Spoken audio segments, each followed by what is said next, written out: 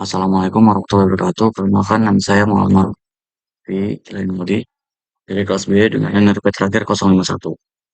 Jadi di sini saya akan membuat video untuk eh, sebagai pengganti ETS eh, matkul KWN.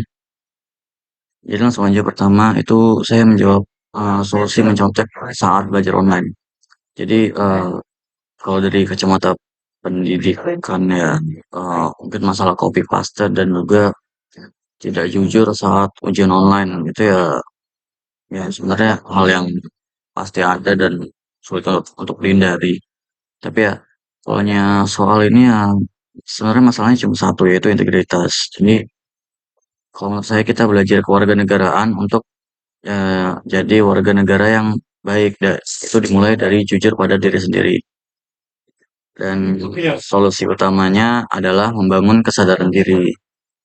Kita harus ingat kalau tujuan kuliah itu nggak cuma dapat nilai, tapi juga benar-benar paham lah sama ilmunya. Kalau kita curang, kita mungkin ya lulus mata kuliah, tapi ya nggak bakal punya skillnya.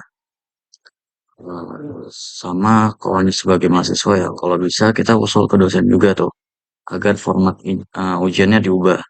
Misalnya dari pilihan ganda yang ya kan gampang dicontek ya, menjadi ujian esai yang open book gitu, yang sifatnya itu seperti analisis kasus atau membuat proyek gitu kalau teknik sipil. Jadi ujian seperti ini tuh menurut pemahaman, bukan cuma hafalan. Jadi ya copy paste tidak akan banyak membantu.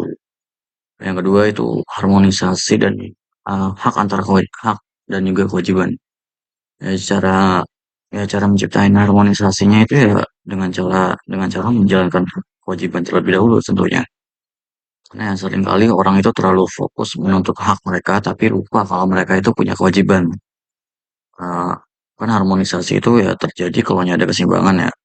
Kita tidak bisa kita tidak bisa menutup hak kita, misalnya hak mendapatkan lingkungan yang bersih. Kalau kita sendiri tidak mau menjalankan kewajiban, misalnya membuang sampah pada tempatnya gitu. Nah, jadi kalau setiap warga negara sadar dan juga melakukan kewajibannya masing-masing, ya menurut saya hak warga negara lain akan otomatis terpenuhi. Jadi ya kuncinya itu kesadaran untuk melakukan kewajiban dulu, bukan untuk menutup hak doang. Yang ketiga itu implementasi warga negara yang baik. Jadi eh, sebagai mahasiswa ya untuk implementasi saya ya belajar dengan sungguh-sungguh gitu. Karena ya ini kewajiban saya sebagai pelajar dengan menguasai ilmu ya terutama di bidang teknik sipil ya kalau saya eh, ya saya sedang mempersiapkan diri untuk berkontribusi untuk membangun infrastruktur yang aman dan baik untuk negara nantinya. Selain itu eh, mungkin implementasi itu sederhana. Misalnya tuh kayak menaati peraturan lalu lintas saat berkendara gitu. Kayak helm, mematuhi lampu lalu lintas gitu-gitu. Karena ya kayak tadi tidak membuang sampah sembarangan. Mungkin juga kayak ikut serta dalam kegiatan organisasi atau lingkungan kalau yang memungkinkan gitu. Kalau mungkin kayak kerja bakti gitu. Kalau yang mungkin terakhir membayar pajak ya. Walaupun saya belum ada penghasilan sih. Tapi kalau udah ada penghasilan ya wajib membayar pajak. Atau mungkin kalau saya itu kayak membayar UKT tepat waktu gitu. Lalu yang keempat itu urgensi amandemen UUD 1945 kelima. Menurut saya saat ini nggak ada urgensi atau kebutuhan mendesak sih untuk amandemen kan UUD 1945 yang kelima. Pertama kalau menyangkut masa jabatan presiden ya. Karena menurut saya pembatasan masa jabatan presiden itu udah jelas di pasal 7 UUD 1945, yaitu 2 periode. Jadi ya salah satu capaian terbesar era reformasi menurut saya tujuannya itu jelas, yaitu untuk mencegah kekuasaan yang terlalu lama atau absolut seperti yang terjadi di masa Orde Baru. Nah, menurut saya mengubah aturan ini lagi ya sangat beresiko sih dan juga bisa mengganggu stabilitas politik. Seharusnya pemerintah itu fokus saat ini itu fokusnya ke menyelesaikan masalah yang lebih nyata kayak mulihin ekonomi, negakin hukum, atau pemerataan pembangunan deh. Karena saya dari Samarinda jujur agak shock ketika ke Surabaya karena perbedaan infrastruktur yang begitu signifikan gitu. Dan juga mungkin bisa mengubah konstitusi untuk eh, dan juga mungkin itu sih.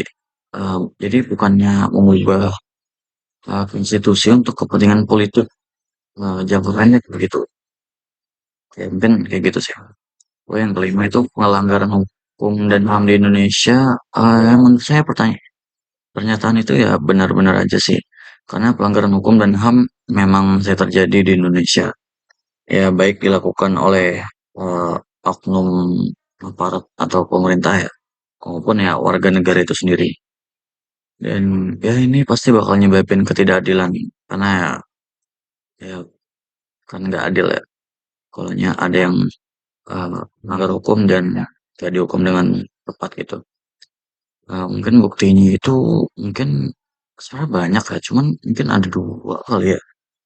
Yang pertama itu ya pelanggaran oleh aparat atau pemerintah. Mungkin kayak yang paling jelas waktu itu tragedi Kanjuruhan tahun berapa ya? 2022. Ya. Komisi Nasional Hak Asasi Manusia atau Komnas HAM itu kan eh, merilis hasil investigasi mereka. Di situ dinyatain kalaunya eh, memang benar terjadi pelanggaran HAM. Nah, pelanggaran itu terutama disebabkan oleh penggunaan kekuatan yang berlebihan oleh aparat keamanan waktu itu. Khususnya penembakan gas air mata ke arah tribun yang tertutup akses keluarnya yang nyebabin kepanikan massal dan juga ratusan orang meninggal dunia. Yang kedua itu pelanggaran oleh warga negara. Ini juga sering terjadi. Contohnya ya tindakan main hakim sendiri atau persekusi terhadap orang yang dituduh melakukan kejahatan tanpa proses hukum terlebih dahulu. Contoh lain itu ya mungkin kayak nyebarin berita bohong atau berita hoax yang bernada sara eh, dan juga eh, ya yang bisa memecah belah ke persatuan gitu. Mungkin dari saya cukup sekian. Aku udah terjawab 5 pertanyaan ETS. Lalu, eh, dari ETS minggu ke-8. Kurang lebihnya saya mohon maaf apabila ada salah kata saya mohon maaf juga. Kesimpulannya hanyalah milik Tuhan semata. Atas perhatiannya saya ucapkan terima kasih. Wassalamualaikum warahmatullahi wabarakatuh.